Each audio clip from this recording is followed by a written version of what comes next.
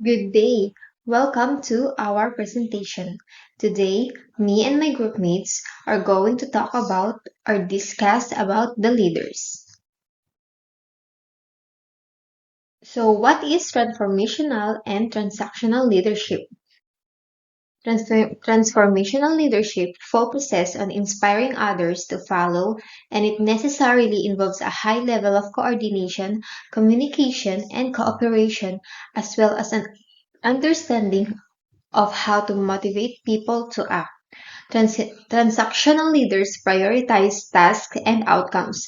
This style of leadership emphasizes leading by example so that followers can identify with the leader's vision and values. While transactional leadership is primarily concerned with processes and control, requiring a strict management structure and focusing on how to get things done. So, to sum it all up, transactional leadership is a type of leadership which is known for managing and handling problems only when it occurs. It is also a leadership style which lays emphasis on the transaction between leader and his subordinates or followers. On the other hand, transformational leadership is a type of leadership which becomes a reason for the transformation or change in the subordinates. In this style, the leaders works with the subordinates to ascertain the desired change in the organization.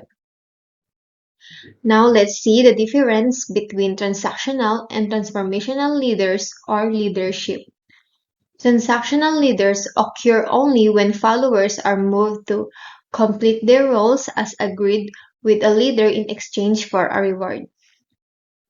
It also focuses on goals, use rewards and punishments for motivation, are reactive in nature, while transformational leaders move followers to awareness about what is important and away from own self-interest.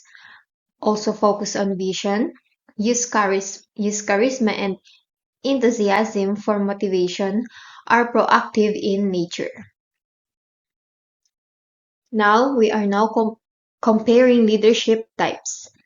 Transactional leaders deals with problems as they arise, operate within the framework of an existing organizational standards, reward and punish employees based on organizational standards, appeal to employees' self-interest in pursuing rewards more closely aligned with what is commonly referred to as management. Transformational leaders deals with issues before they become a problem, emphasize new ideas and thus transform organizational culture. Try to achieve positive results from employees by keeping them invested in project, which leads to an internal high-ordered reward system. Appeal to group interests and notions of organizational success, more closely aligned with what is commonly referred to as leadership. Now let's move on to power and politics. Power is the ability to influence the behavior of others to get what you want. Power relations. Power is defined in social science and politics as an individual's ability to influence the actions, beliefs, or conduct behavior of others. The term authority is frequently used to refer to power that is perceived as legitimate or socially acceptable by the social structure, as opposed to authoritarianism. Power can be viewed as evil or unjust. However, power can also be viewed as good and as something inherited or given for the purpose of achieving humanistic goals that will help move and empower others. Power is derived from the interdependence of two entities and the environment. The use of power does not have to involve the use of force or the threat of force or coercion.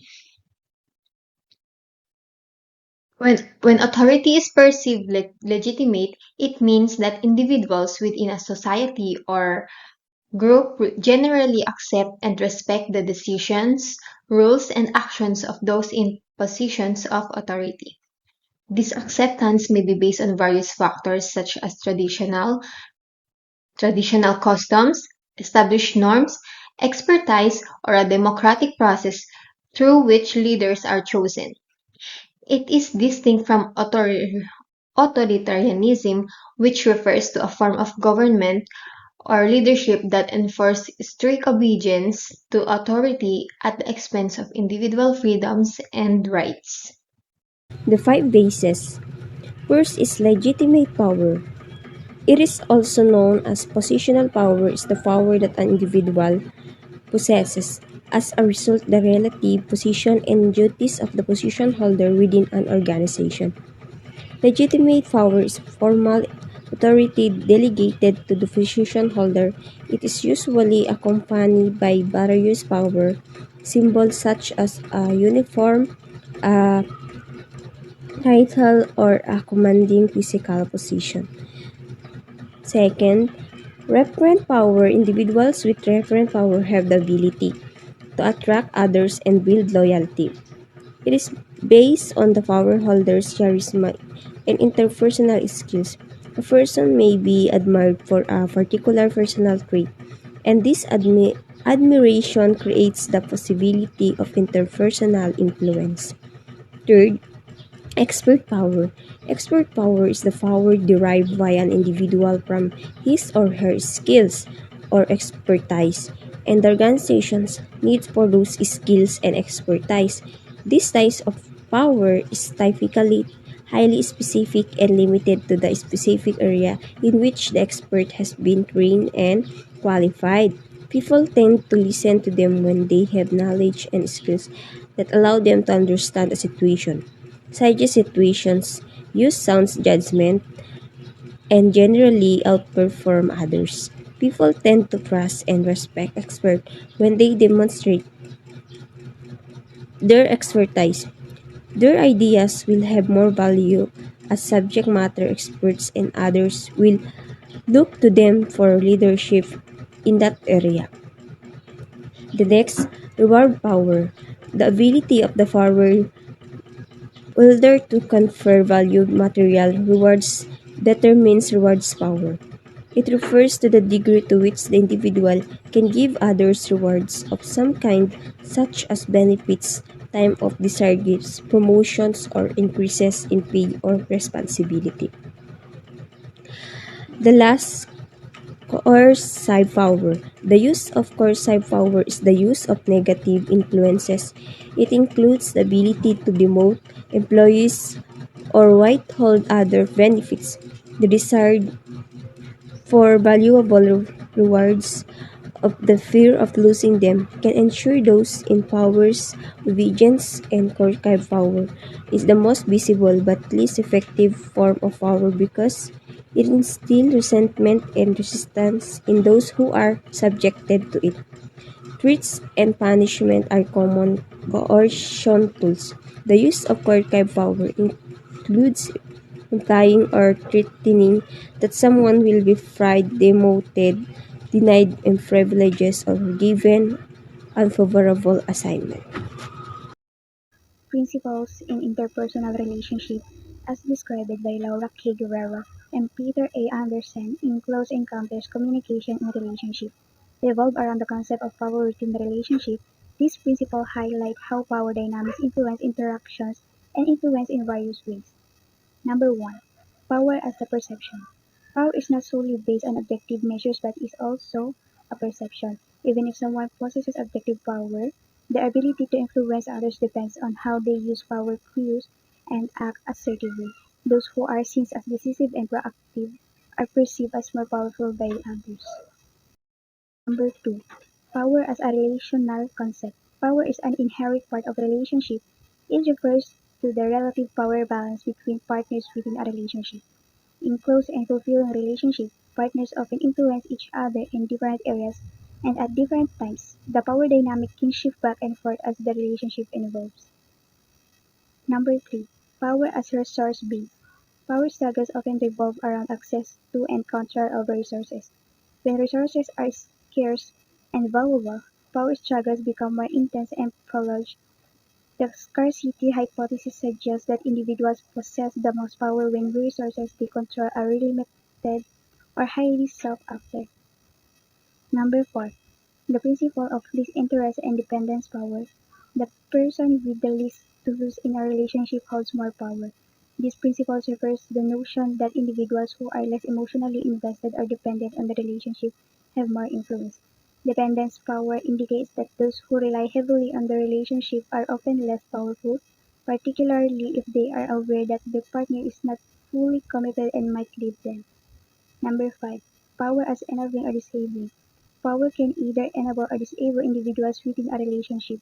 When someone uses dominant behavior that reflects social skills rather than intimidation, they are more likely to have a lasting influence on others.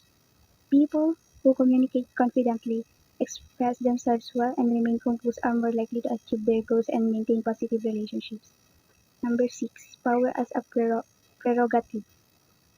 This principle suggests that the partner with more power holds the authority to establish and break the rules within the relationship. Powerful individuals may not face the same consequences for violating norms or relational rules as less powerful individuals. This can lead to a reinforcement of the powerful person's reliance power. The principles shed light on the complexities of power dynamics in interpersonal relationships and emphasize the impact of perception, resources, emotional investment, and communication styles in determining the distribution and exercise of power. Understanding this principle can help individuals navigate their relationship more effectively and promote healthier and more balanced interactions. Now let's move on to effects of power. Positive effects of power. Power prompts people to take action. So dahil nga powerful kang tao, yung sinasakupan or yung mga tao mo, mas mabilis mo silang mauutusan. Dahil nga powerful kang tao, susundin ka nila. Makes individuals more responsive to changes within a group and its environment.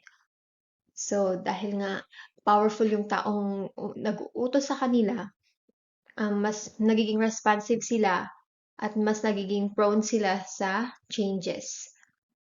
Powerful people are more proactive, more likely to speak up, make the first move, and lead negotiation. Ang mga powerful daw na tao ay instead na hayaan nilang isang sitwasyon, gagawa agad sila ng paraan para ma-solve ito. Sila yung gagawa ng first move. Powerful people are more focused on the goals appropriate in a given situation and tend to plan more task-related activities in a work setting.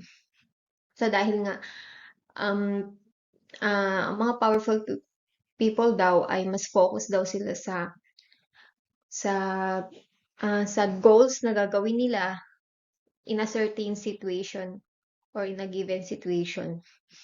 At mas napaplano daw nila ng mabuti ito.